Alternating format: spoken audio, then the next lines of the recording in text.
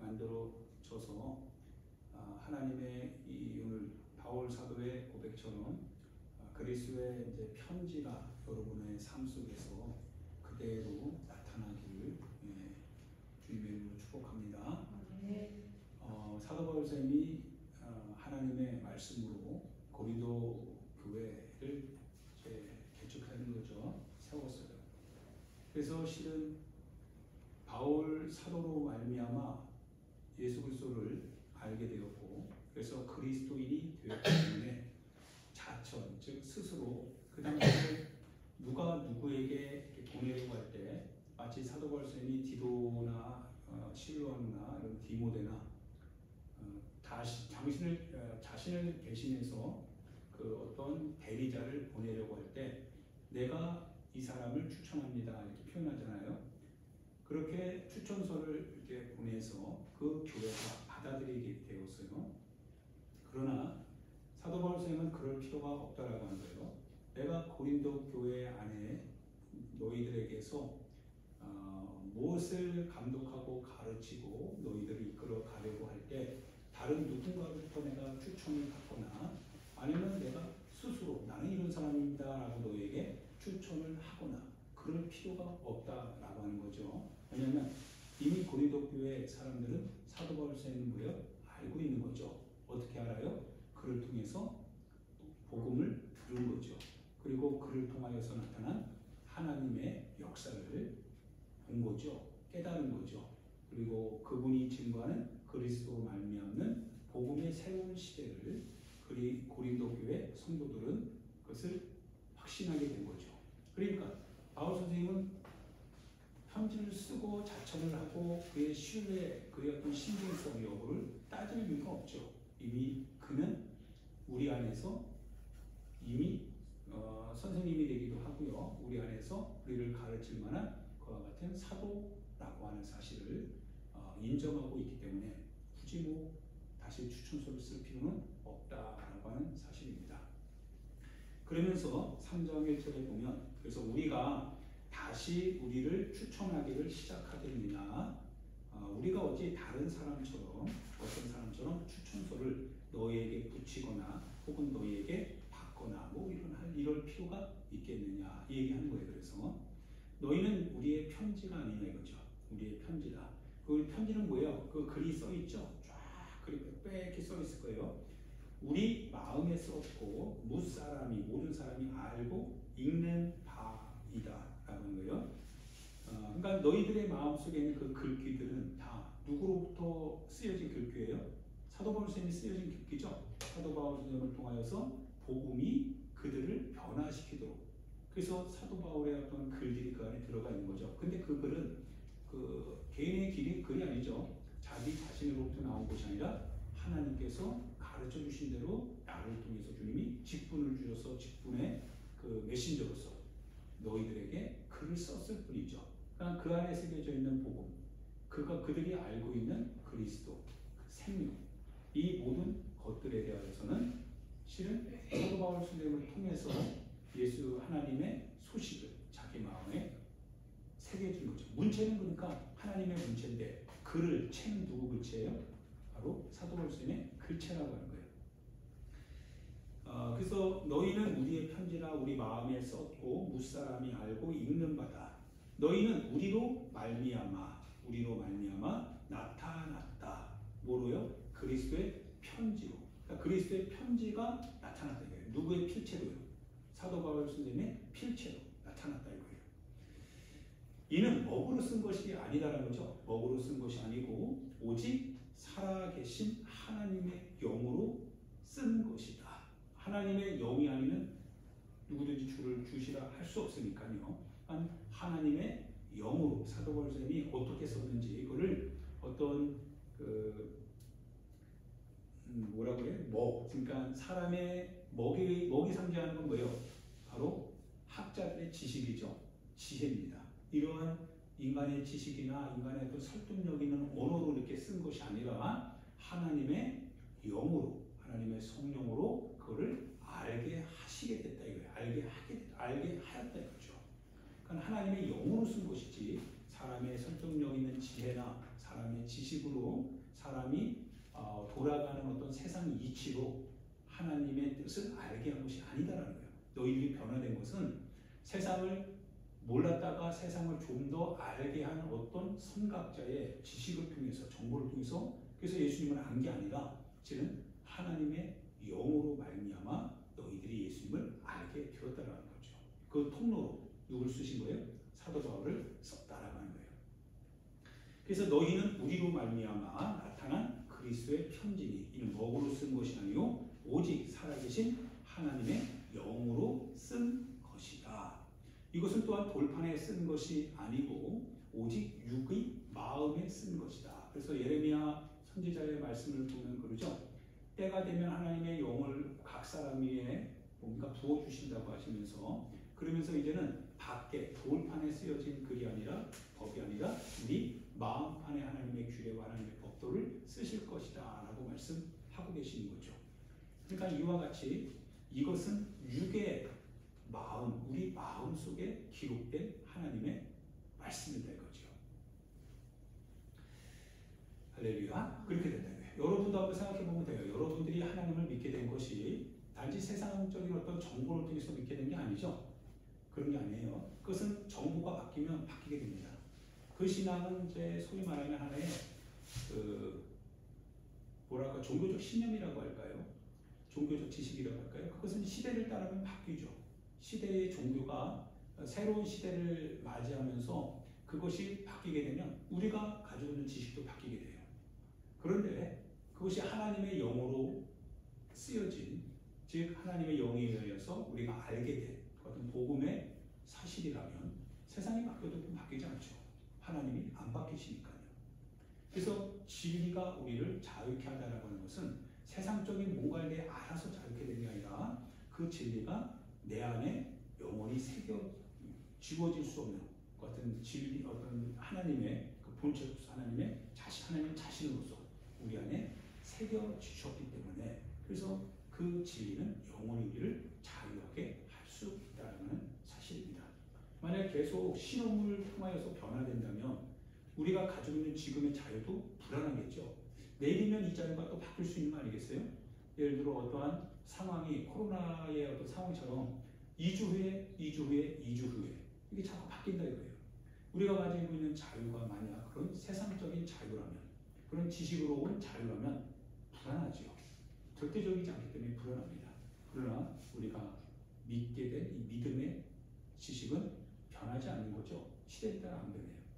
그래서 어떤 사람이 예수 그리스도를 믿는데 그 믿음의 그 모습이 세월을 따라 시대를 따라 바뀌는 것은 실은 그 믿음이 정말 예수 그리스도의 말씀에 토대에 있는지 그렇지 않은지를 한번 점검해 봐야 됩니다. 우리는 바뀔 수가 없어요. 세상은 바뀌기 때문에 바뀌는 것을 근거로 해서 우리에게 바꾸라고 요구는 할 수 있죠. 왜냐하면 그들이 가지고 있는 바탕은 뭐예요? 바뀌어지는 세상의 바탕입니다. 근데 우리는 안 바뀌는 바탕이에요. 그들은 현실적으로 바뀌어질 수밖에 없다라고 하는 것을 인정하는 토대 위에 그들은 확신을 갖고 살기 때문에 우리 믿음의 사람들에게도 요구하는 거예요. 너희들도 좀 이런 시대에 좀 바꾸라 이거죠. 좀 바꿔라 그럽니다. 그것이 그들의 진리입니다. 근데 우리는 바뀌지 않아요. 우리는 바꿀 수 없습니다. 왜 바꿀 수 없는 게 우리 진리예요. 상호간의 진리가 대립하는 거죠. 그래서 그것이 서로 합일이 될 수 없어요. 세계 평화는 예수님이 드디어 정권을 잡으시고 이 땅에 임재하실 때 세계 평화가 이루어지는 것이지 인간의 아무리 노력하고 선을 베풀고 도덕적 어떤 선을 행한다 할지라도 과연 세상의 평화가 오겠어요? 절대 그럴 수 없습니다. 인간은 선한 그것을 이용해서 자기의 목적 수단으로 합리화하려고 하는 사람들이 또 나타나게 되고 있어요. 계속 그렇게 사람의 본성은 계속 이용하려고 하는 사람이 또 나타나기 때문에 평화는 결코 허상에 불과한 거죠. 진정한 평화는 예수님이 이 땅 가운데 오셔서 드디어 주님이 창조주로서 정권을 가지게 될 때 그때 이루어지는 거예요. 할렐루야. 그래서 우리가 4절에 보면 우리가 그리스도로 말미암아 하나님을 향하여 이 같은 확신이 있답니다. 사도 바울의 확신이 있대요. 우리가 무슨 일이든지 우리에게서 난 것, 그 근원이 자기로부터 난 게 아니다라는 거예요.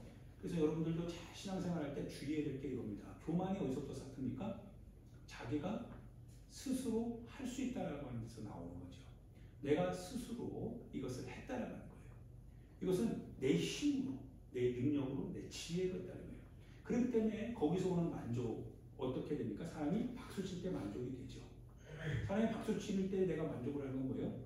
만약에 그것이 내 거 아니라면 겸연쩍죠. 나한테 박수 치지 말고 내 거 아니야. 저 사람이 한 거야. 그래서 그 사람에게 영광을 돌릴 텐데, 근데 자기가 한 건 뭐예요? 박수를 받아야 만족이 돼요. 그래서 막 박수 치는 거예요. 내가 했기 때문에 막 뭔가 만족이 돼요. 이런 만족이 사도 바울 선생님에게는 없다라는 거예요. 너희들이 왜 나를, 그러니까 그 고린도 전서에서 우리 말했죠. 누구는 누구파, 누구는 누구파, 누구는 누구파라고 그렇게 이해하냐? 우리는 다 뭡니까? 우리는 다 그냥 뿌리는 자라고 했죠. 우리는 다 심었다 이거예요. 근데 자라게 하신 분은 누구라는 거예요? 자라게 하시는 하나님이 아니시는 거죠. 우리는 단지 그냥 심었을 뿐이다 이거예요. 어디에다가요? 그리스도의 말씀의 토대에다가 그냥 여러분 심었습니다. 그래서 다른 복음을 심었다면 그 사람은 저주가 받는 거예요. 그래서 우리는 항상 뭘 하는 거예요? 그리스도의 말씀의 토대에 심었다는 거예요. 토양이에요. 누가 됐든지 간에. 그러나 자라게 하시는 분은 우리가 아니라 누가 자라게 하신 거예요? 하나님께서 자라게 하셨으니. 그러니까 누구에게 영광을 돌려야 됩니까? 하나님께 영광을 돌려야 되죠. 하나님이 키워주셨으니까. 자라게 하셨으니까. 하나님께 영광을 돌려야지. 우리에게 영광을 돌리지 말아야 해요. 그런데 사람이 어떻게 합니까? 가끔 이렇게 은혜를 받고 가끔 무언가 하나님으로부터 놀라운 어떤 은사를 이렇게 뭐 경험하고 그러면 겸손하죠. 처음에 다 겸손한데 근데 은사주의가 가장 위험한 게 뭡니까? 이단으로 가는 게 바로 그 은사가 자기로부터 온 것으로 착각할 때가 와요. 그래서 은사 집회하고 막 그러다 보면 능력이 나타나잖아요. 실제로. 나타나게 되면 말은 주님이 하십니다 라고 하면서 뒤에는 뭐예요? 뒷돈 챙기고 그러잖아요. 그리고 사람들에게 막 이렇게 이렇게 하고.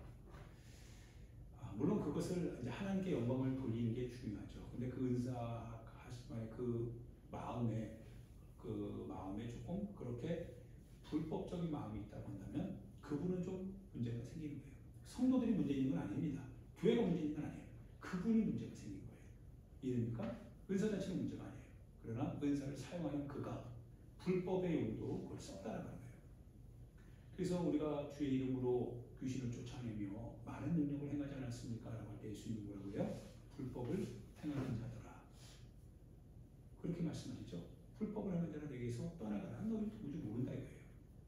그건 너희들이 주님을 인정한 게 아니라는 거예요. 너희들 자신을 드러내려고 했던 하나의 행동이 되는 거예요. 그래서 신앙생활도 정말 여러분 잘 하셔야 됩니다. 그죠? 신앙생활도 경건을 이득의 수단으로 삼으려면 안 돼요.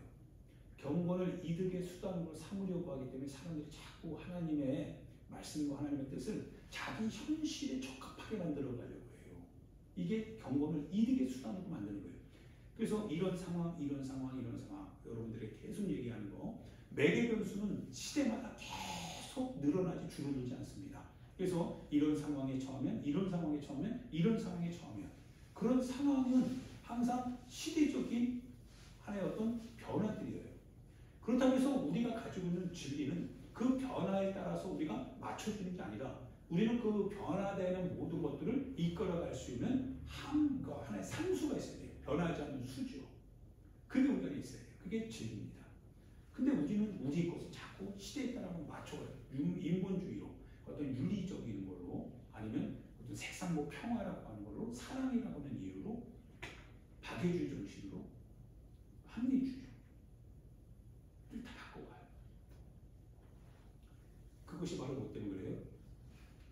교만 때문에 그래요. 하나님으로부터 만족을 누려야 되는데 마침 뭡니까? 하나님으로부터 왔다라고 하는 것을 인정하면 야 내가 욕을 먹어도 뭡니까? 그거 주님이 하라고 하신 거야. 이렇게 얘기가 되잖아요.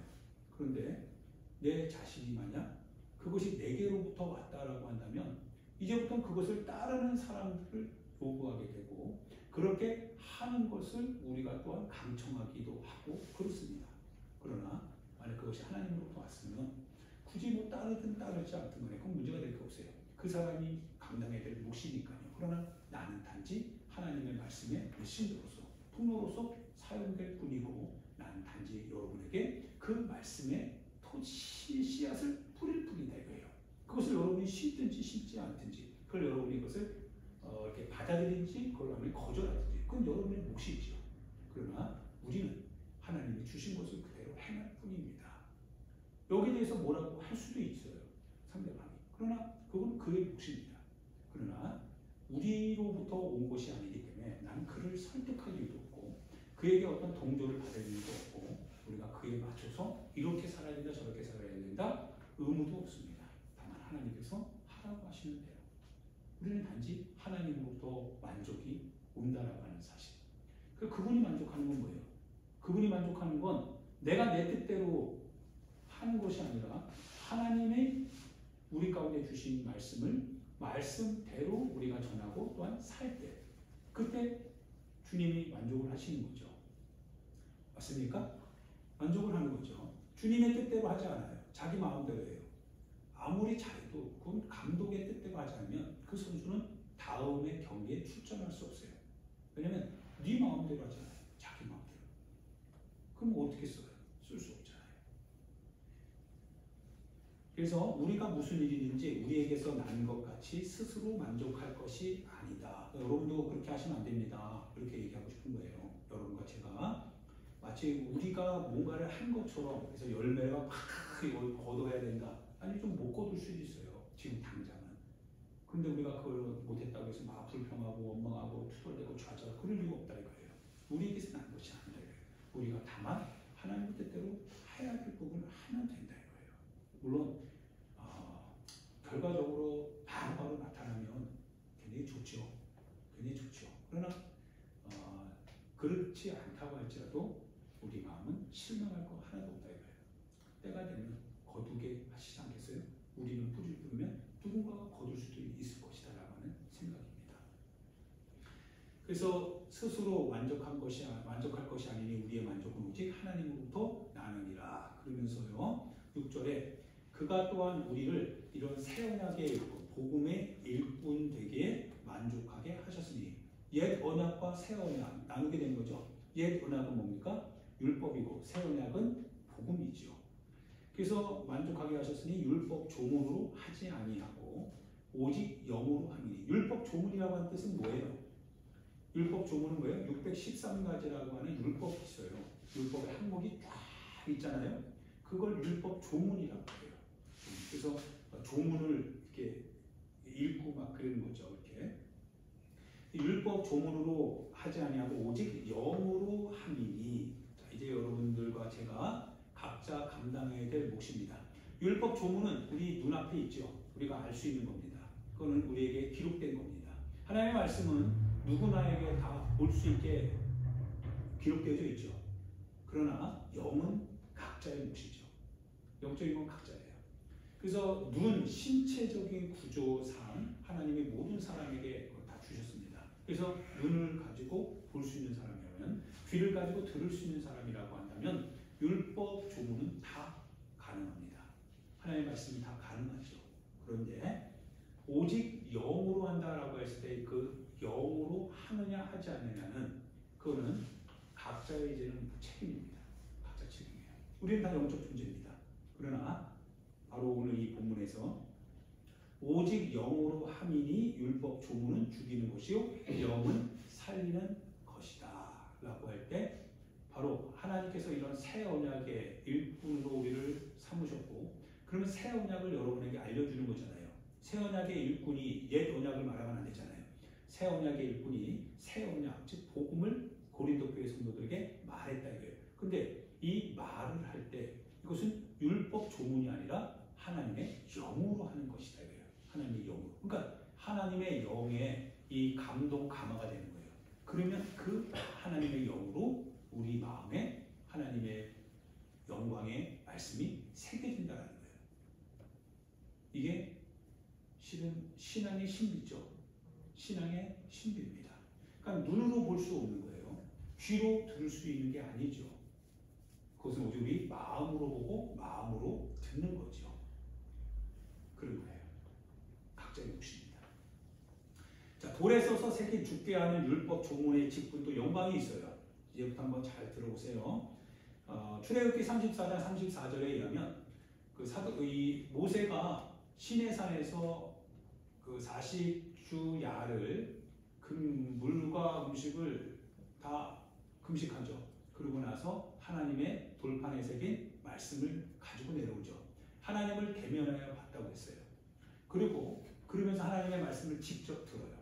그래서 그가 이제 하나님께로 나아가서 그 말씀을 듣고 그리고 이스라엘 백성들에게 나오니까 그 얼굴 꺼풀이라고 해요. 꺼풀이면 얼굴 이 거죽을 말하나요? 이 얼굴 꺼풀에 그 광채가 났다고 했어요. 광채. 그러니까 아론이나 그 지도자들이 이 모세를 보려고 하니까 광채가 나잖아요. 그래서 못 봤다고 했어요. 그러자 모세가 이런 일이 있는 것을 알고 그들을 불러요. 그리고 그들을 불러서 얼굴에 뭘 써요? 수건으로 가려요. 광채로 인해서 그들이 자기에게 가까이 오지 못하니까요. 영광의 광채라고 그래서 바울 사도가 표현하고 있어요. 그 하나님께 들어가면 다시 수건을 벗어요. 하나님께 또 말씀을 듣고요. 그리고 나오면 하나님의 말씀으로 인한 광채로 인하여서 백성이 그걸 못 보니까 그래서 다시 수건을 씁니다. 모세가 갖고 있는 게 하나님의 말씀을 들을 때 그 말씀은 어떤 언약이에요? 옛 언약이죠. 옛 언약입니다. 자, 지금도 여러분들이 영적으로 잘 들어가야 돼요. 영적인 길이 있어요, 여러분. 이렇게 영적인 길을 여러분들이 잘 찾아가야 됩니다. 사도 바울 쌤이 지금 보는 거예요. 사도 바울 쌤은 율법 선생님이니까요. 모세가 그 율법을 하나님으로부터 받을 때 사람들이 그 모세를 보니까 광채가 나더라고요. 영광의 광채입니다. 그러나 실제적으로 새 언약의 일꾼된 바울의 눈으로 보았을 때 옛 언약은 영광의 실은 본질적인 그 목표가 아니죠. 그거는 하나의 뭔가 하나님의 광채로서의 그 영광은 나타나지만 그런 영광 자체는 아닙니다.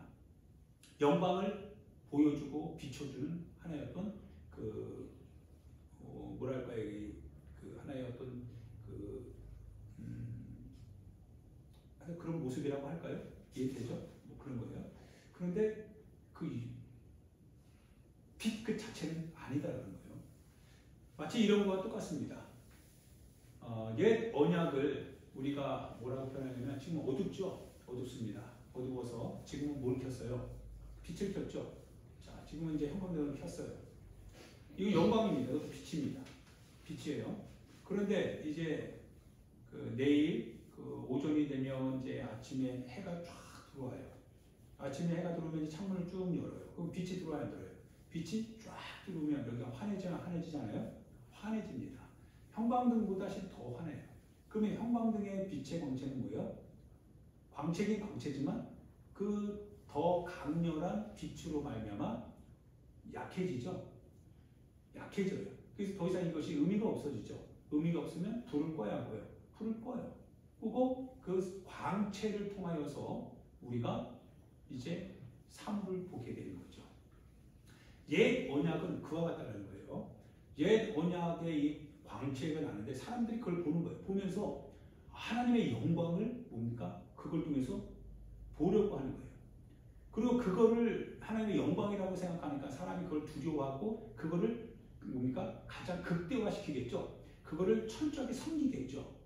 그런데 실은 잘 생각해 보시면 율법은 우리에게 영광을 알려주는 길잡이인 사실입니다. 길잡이예요.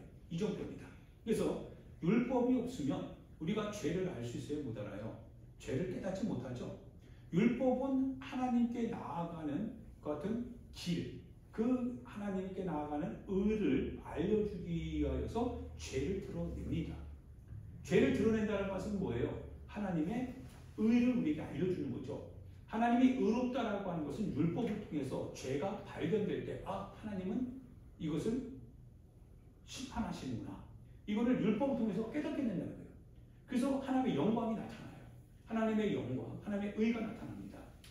그리고 죄는 정죄를 당해요.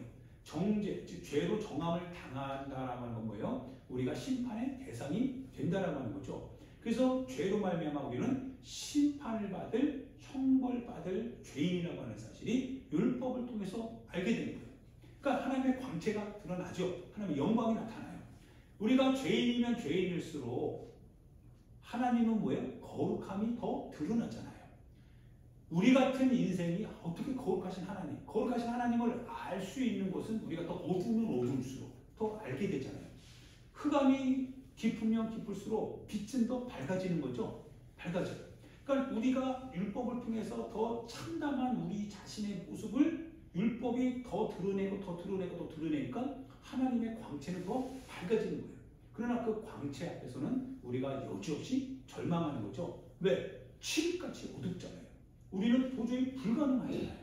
그래서 율법은 우리에게 하나님의 영광을 알려주지만, 그러나 율법은 우리에게 소망을 줘요, 안 줘요? 소망을 주지는 못하더라 이거예요. 우리에게 소망을 주는 게 아니라 우리에게 절망감을 주더라 이거예요. 그래서 이런 의문에 쓴 증서를 사람들이 뭔가 보면서 그걸 영광이라고 막 하면 돼야 안 돼요?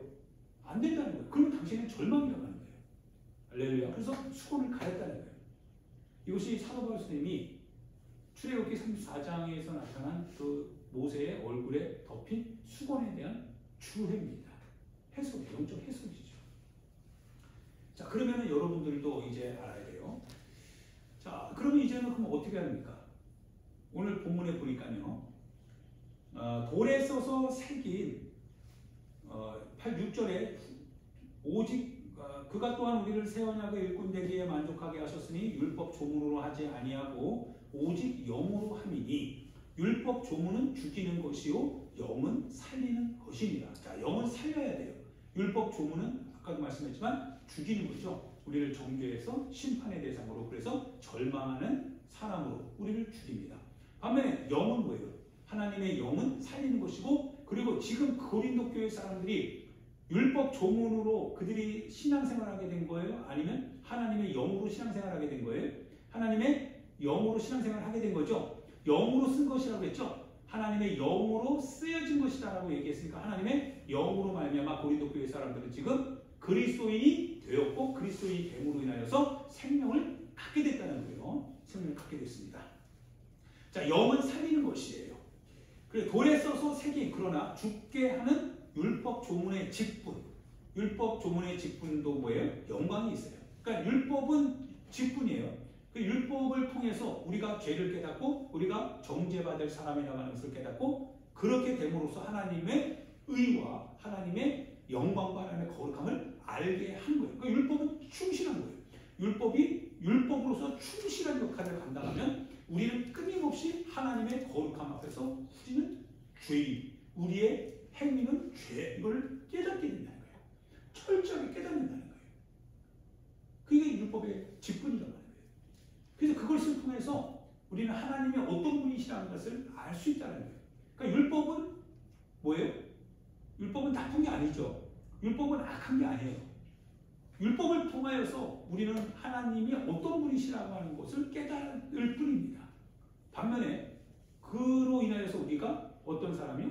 율법에 의하면 우리가 정죄받는 사람이라고 하는 것을 알게 되는 거죠. 그것을 율법은 충실하게 그 역할을 감당한다는 거예요. 반면에 뭐는 없어요? 대신에 소망은 없는 거죠. 끊임없이 절망만 있는 거죠. 절망만 있어요.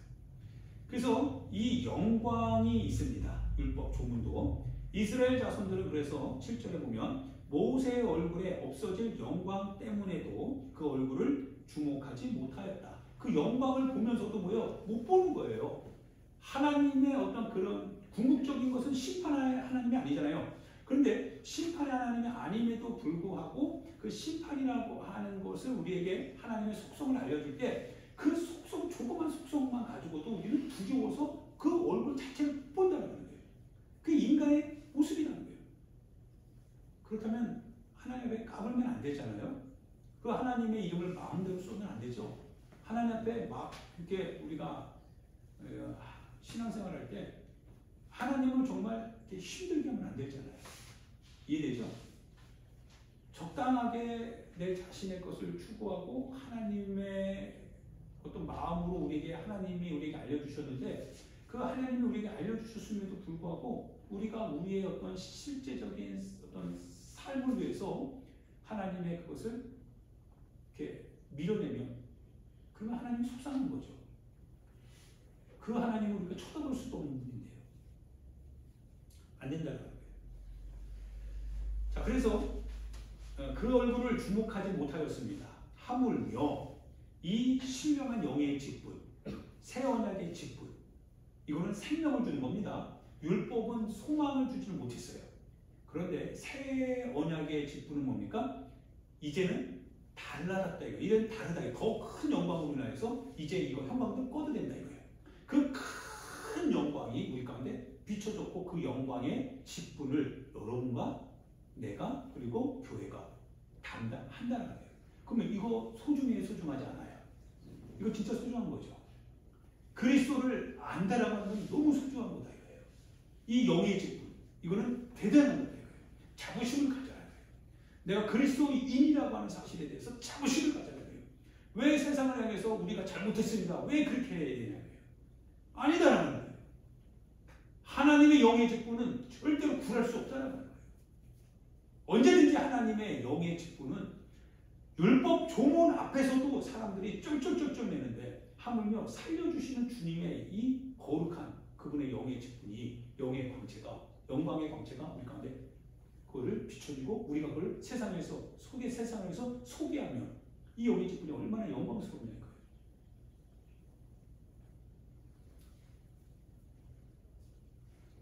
윤리적인 죄책감, 윤리적인 도의적 어떤 그런 느낌 때문에 하나님의 이름을 밑바닥에다가 쳐박으면 안 된다는 거예요.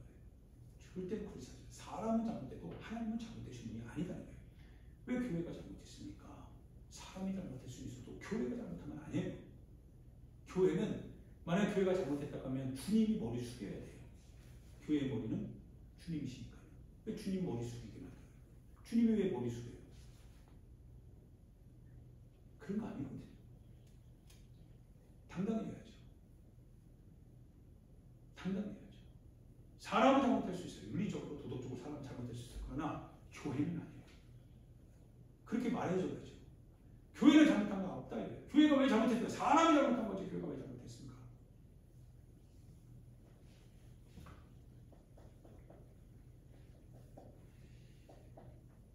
세상도 그러죠. 세상도 뭐 누가 어떤 회사가 그렇게 다 그렇지는 않겠지만 어떤 예를 들어 누가 횡령을 했어요. 그럼 그 회사 전체가 횡령하는 회사가 되나요? 그건 아니죠. 그 사람이 횡령하는 거죠. 그 회사는 횡령한 거 아니에요. 그 회사가 회사를 통해서 많은 사원들을 먹이고 살리잖아요. 나를 위해서 봉사하고 수고하고요. 그러나 그 어떤 사람 잘못한 것 때문에 그 잘못 하나를 뭔가 회사 전체에다 요구할 수는 없는 거예요.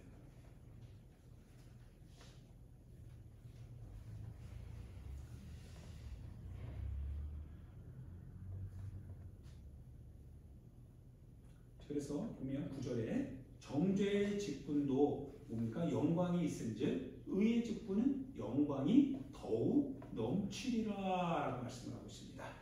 더욱 넘친대요. 아까 빛이 비출 때 형광등은 의미 없다고 했어요. 형광등 더 이상 의미가 없어요. 빛이 있는데요. 그 빛이 있는데 형광등 큰 이유가 뭐가 있어요? 복음의 새 역사, 그 새 역사, 영으로 하는 주의 새로운 법, 새 언약의 법이 우리 안에 비추기 시작했다 이거예요. 그러니까 옛 율법은 이제는 뭐예요? 그 영광은 더 이상 빛나지 않는다 이거예요. 이제는 새로운 영광이 빛나기 시작했다 이거예요. 없어질 것도 영광으로 말미암았은즉 길이 영원히 있을 것은 더욱 영광 가운데 있을 것이다. 그러니까 여러분이 신앙 가지고 있는 것이 영광이 뭡니까? 그거 끝나지 않는다는 거예요. 여러분이 가지고 있는 신앙은 소망 가운데 영원토록 빛나는 신앙이라고 하는 거예요. 이 신앙은 마치 이런 거예요. 예전에는 저 밑바닥에서부터 시작했다면 밑바닥에서부터 쫙 올라오려고 했어요. 올라가는데 힘이 들잖아요. 언제 가지? 언제 저기까지 올라가지? 등산하다 보면 정상 어디야? 언제 정상 나와? 힘들잖아요. 힘들어요. 근데 요즘은 뭐죠 이거? 케이블카인가요? 케이블카를 쫙 타고 올라갔어요. 올라가서 이렇게 보는 거예요. 힘들어요? 힘들게 보이긴 하죠. 저 밑에서 올라오는 사람들 보니까 와 힘들겠다, 힘들어 보이잖아요. 그리고 자기가 있는 곳은 실은 힘든 곳이에요. 밑에서 올라오려면 올라올 수도 없을 뿐만 아니라 올라오는 그 사람들을 봐도 힘들어요. 그런데 자기는 거기 와 있거든요. 와 있어요. 이 영광이 우리의 신앙이라는 거예요. 이 신앙. 할렐루야. 이 신앙이에요. 그러면 감사해야죠. 하나님께 감사하는 거죠. 하나님께 감사하고 우리로 하여금 여기까지 인도해 주신 주님께 기쁨으로 주님 앞에 나아가야 되죠. 하나님께 영광을 돌리고요. 하나님께 감사하고 하나님을 높여드리고 하나님을 찬송하는 거예요. 우리가 이 같은 소망이 있으므로 담대히 말하노니 13절 우리는 모세가 이스라엘 자손들에게 장차 없어질 것의 결국을 그래서 주목하지 못하게 하려고 수건을 그 얼굴에 쓴 것 같이 그렇게 아니한다. 이 영광은 뭡니까? 이 영광은 누구나 이제는 볼 수 있는 영광이라는 거예요. 오히려 볼 수 있을 뿐만 아니라 참여하고 그 역시 참여한 자가 즉 그리스도인이 되었다면 그 그리스도인이 이 영광의 빛을 사람에게 또 나눠 줄 수 있다는 겁니다. 옛날 같으면 가렸지만 왜 가렸어요? 이게 아니다라는 거예요. 이 영광이 아니다라는 거예요. 이걸 보지 말아야 돼요. 더 큰 영광이 있을 것이다 이거예요. 그래서 그러나 그들의 마음이 완고하여 14절에 보면 유대인들이죠. 유대인들이 그 모세로부터 그 보이게 된 그 영광의 광채를 보니까요. 마음이 뭐예요? 계속 구약을 보면서 그것만을 가지고 하는 거예요. 봤잖아요. 하나님의 거룩함. 그래서 하나님의 거룩함 앞에 우리는 죄인. 정죄를 면하기 위해서는 반드시 하나님의 거룩함을 따라가야 되고 거룩함을 따라가려면 이 율법 613가지의 기록된 율법을 우리는 반드시 지켜내야 된다. 이거를 자꾸 뭐예요? 읽어가는 거예요. 그런데 그들이 완고하다고 해요. 이걸 보고 완고하다. 이미 하나님께서는 새 언약을 주셨거든요. 새 언약을 통해서 옛 언약을 이제 그만 이렇게 스탑 하셨거든요. 우리는 케이블카를 타고 올라가 있거든요. 이미 복음이라고 하는 케이블카를 타고요. 근데 자꾸 밑을 보면서 뭡니까? 우리는 저기를 다시 올라가 가야 돼. 이런 거예요. 막 밑에서부터 올라오는 사람들 보면서 우리가 올라가야 돼. 우리는 걸어가야 돼. 우리는 이런 거죠. 그래서 그 수건이 벗겨지지 아니하고 있으니 그러나 그 수건은 그리스도 안에서 없어질 것이다. 어디 안에서요? 그리스도 안에 있으면. 여러분과 제가 그래서 그리스도 안에 있을 때 이 수건은 의미가 없다는 거예요. 왜냐하면 더 큰 영광을 우리가 그리스도 안에서 가졌다 이거예요. 왜? 그분이 빛이시다 이거예요. 예수님이 뭐라고 했어요? 나는 세상의 빛이다. 그분이 빛이다. 그분이 우리 안에 계신다 이거예요. 그래서 주의 영이 계신 곳에 뭐가 있다는 거예요? 자유함이 있느니라. 이 얘기까지 나와요. 자, 그래서 15절 보면 오늘까지는 모세의 글을 읽을 때 수건이 그 마음을 덮었도다. 그러나 언제든지 주께로 돌아가면 그 수건은 벗겨질 것이니 그러니까 자유가 있다는 거예요. 이 은혜가 있다는 거예요. 항상 누구든지 돌아가면 은혜가 있다는 거예요. 17절 같이 읽어봐요. 주는 영이시니 주의 영이 계신 곳에 자유가 있느니라. 할렐루야. 여러분 그리스도의 영 안에 있을 때 자유가 있는 겁니다. 그리스도의 영 안에 있을 때 자유가 있습니다. 이 자유가 있어야 하나님의 율법을 우리가 그거를 행동으로 이루어 가야 된다가 아니라 이루어진 곳에서 볼 수 있게 됩니다. 우리가 케이블 타고 올라가서 볼 수 있듯이 우리는 그리스도 안에 있으면 볼 수 있습니다. 그러나 우리가 그리스도 안에 없으면 우리는 어떻게 합니까? 끊임없이 이 행위로 말미암는 하나의 어떤 윤리적, 도덕적 의무 앞에 우리는 절망과 좌절할 수밖에 없어요. 그러나 우리가 그리스도 안에 있으면 우리는 볼 수 있습니다. 자유가 있습니다. 그러나 그 자유는 요즘 더 무서운 건 뭐냐면요. 우리가 율법을 통하여서 옛사람들은 그 율법을 통하여서 하나님의 광채를 보고 광채 앞에서 자기 자신이 어떻게 살아가야 될 것인가에 대한 인사이트를 얻어서 발버둥치였지만 그러나 그것은 헛될 뿐이십니다. 하나님의 거룩함과 우리의 죄는 이거는 항상 대립할 수밖에 없는 거거든요. 접촉점이 없어요. 그래서 끊임없이 인간은 그 필요성을 알지만 그래서 그것을 읽고 행동했지만 그러나 불가능했습니다. 그런데 하나님께서 우리 가운데 오셨죠. 그분이 우리가 접촉할 수 없는 이 하나님의 거룩함을 우리 가운데 거룩함을 가지고 오셨습니다. 접촉했다는 거예요. 접촉했을 뿐만 아니라 우리는 바로 누구 안에? 그 하나님 그분 안에 거하게 됐다는 거예요. 그분의 이 거룩함이 우리 안에 왔다는 거예요. 그래서 성령이 너희 안에 거하시며 성령 안에 거하고 성령이 우리 안에 거하시며 너희 가운데 제자가 된다는 거예요. 할렐루야. 자유함이 거기서 온다는 거예요. 자유함이 온다. 이런 것 같아요. 여러분에게 이제 하나의 실천 사항인데요. 예수님께서 하신 모든 말씀들은 실은 우리로 하여금 매 순간 억지로 우리가 하나님의 말씀, 예수님의 말씀을 듣죠. 잘 기억하셔야 됩니다. 여러분들이 하나님 예수님의 말씀을 들어요. 그 말씀을 듣고 여러분이 삶에서 행동을 하려고 하는데 행동이 안 돼요. 하고는 싶지만 하고 싶은 마음과 실제로 하는 것과는 다르죠. 안 되는 경우, 그래서 실패하는 경우가 굉장히 많아요.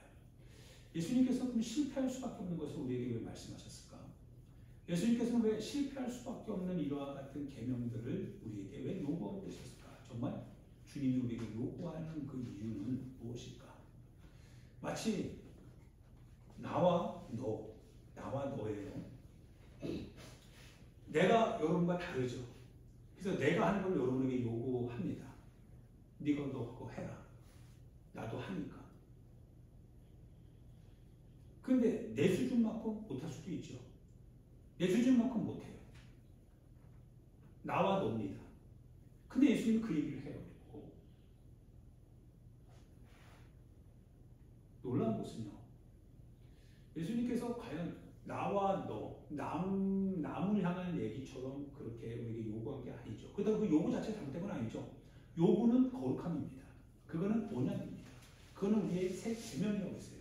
그거는 반드시 우리가 해도 되고 안 해도 되고 아니라 그건 반드시 우리가 해야 될 주님의 말씀입니다. 그런데 우리의 육신의 한계에서는 그게 안 돼요. 예수님께서 약속하신 게 뭐예요? 약속이 있어요. 내가 아버지께로부터 너희에게 보낼 보혜사를 보내겠다라는 거예요. 약속입니다. 약속. 그분이 너희 안에 오시면, 너희 안에 계시면 돼요. 할렐루야. 너희 안에 그분이 계시면 그 이후는 여러분 자신이 경험해야 된다는 거예요. 하게 된다는 거예요. 하게 되는 거예요. 사도 바울 쌤이 이 모든 일들을 율법을 통해서 그가 스스로 하려고 했을 때는 할 수 없었습니다. 그런데 그가 못한 게 아니에요. 그는 합니다. 놀라운 것은 그가 오늘 본문에서 계속 얘기하는 것이 내가 내 힘으로 하는 게 아니라고 했어요. 나로 하여금 하게 하시는 그분. 난 단지 통로라는 거예요. 그분이 내 안에서 나와 나를 통해서 하신다는 거예요. 성령이 하신다는 거예요. 내 안에서. 성령을 통해서 뭔가 예수님이 우리 안에 계신다는 거예요. 그분이 하신다는 겁니다. 할렐루야. 이분을 비판할 수 있나요? 이게 진리입니다. 그분이 우리 안에 계셔서 하는 겁니다. 그래서 하도록 하는 거예요. 할 수 있다는 거예요. 근데 이것에 대하여서 우리가 육의 눈, 육의 정신, 육의 지식을 가지고 여기에 대해서 비판을 할 수 있습니까? 비판하면 안 되죠. 그분을 향한 비판이 됩니다. 너 힘으로 하는 게 아니라 네가 해야 될 책임은 네가 그거 반드시 해야 된다는 거예요. 근데 네가 해야 될 책임은 네 안에 그분이 계시도록 하라는 거예요. 성령님이 네 안에 계시도록 하라는 거예요. 그분이 하게끔 하라는 거예요. 그러면 될 수 있다는 거예요. 할 수 있다는 거예요. 이것을 강청하는 거죠. 요구하는 겁니다. 그래서 성령으로 충만함을 받아야 된다. 예수님께서 십자가에 달리셨습니다. 여러분이 꼭 기도하실 때 이렇게 생각하면서 하셔야 돼요. 도움이 될 수 있을 겁니다. 예수님이 십자가에서 죽이심을 당합니다. 뭐 하신다고요? 예수님이 십자가에 죽이심을 당해요. 그분이 십자가에 달리십니다. 해가 빛을 잃었고 모든 게 다 빛을 잃었습니다. 어둠이 캄캄해집니다. 그 아래에서 사람들이 단지 뭡니까? 슬퍼 울고 있어요. 그분은 죽임당할 분이 아니거든요. 많은 사람들이 예수님의 죽임 앞에서 특별히 고넬료라고 하는 백부장, 이방인 백부장이 그는 참으로 하나님의 아들이었다라고 신앙 고백을 합니다. 예, 그분은 하나님의 아들입니다.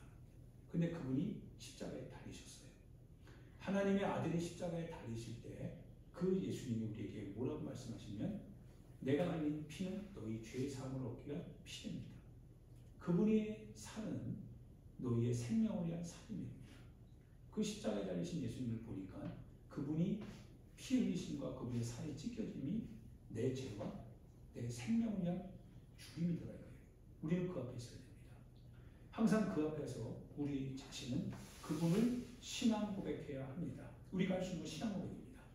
그분이 내 죄를 위해서 그분이 죽임을 당했습니다.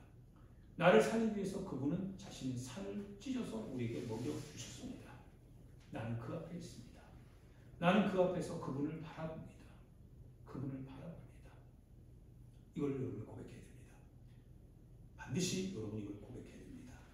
십자가 앞에 항상 여러분이 반드시 거기서 이렇게 바라보셔야 됩니다. 할렐루야.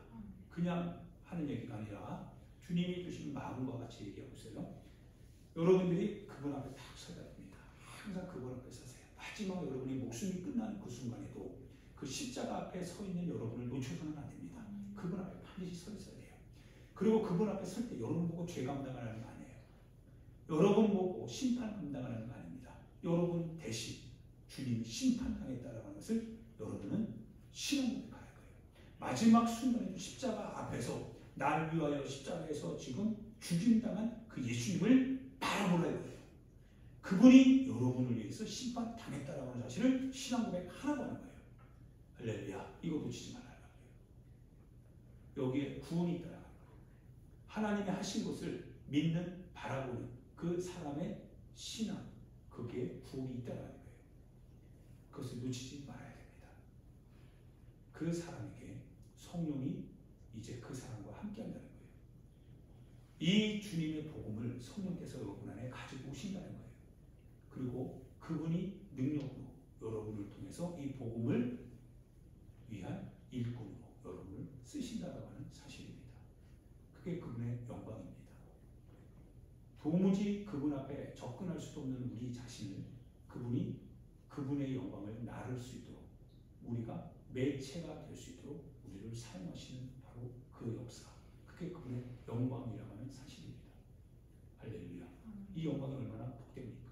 이 직분이 얼마나 복돼요. 이것이 여러분과 내가 오늘 신앙생활하는 바로 신앙의 방향이고 목표입니다. 할렐루야. 여러분 스스로 할 수는 없습니다. 여러분 스스로 하는 것이 아니라 여러분을 통해서 하게 하신 그분이 하시는 겁니다. 여러분은 그래서 주님 예수 그리스도 안에서 우리는 예만 된다라고 하는 말씀. 예, 그렇습니다. 예수님 안에서 우리 모두 다 예스입니다. 할 수 있습니다. 예스, 예스입니다. 우리가 하는 게 아니기 때문에 예스입니다. 이 사실을 잘 기억하시고 믿음 안에 거하셔서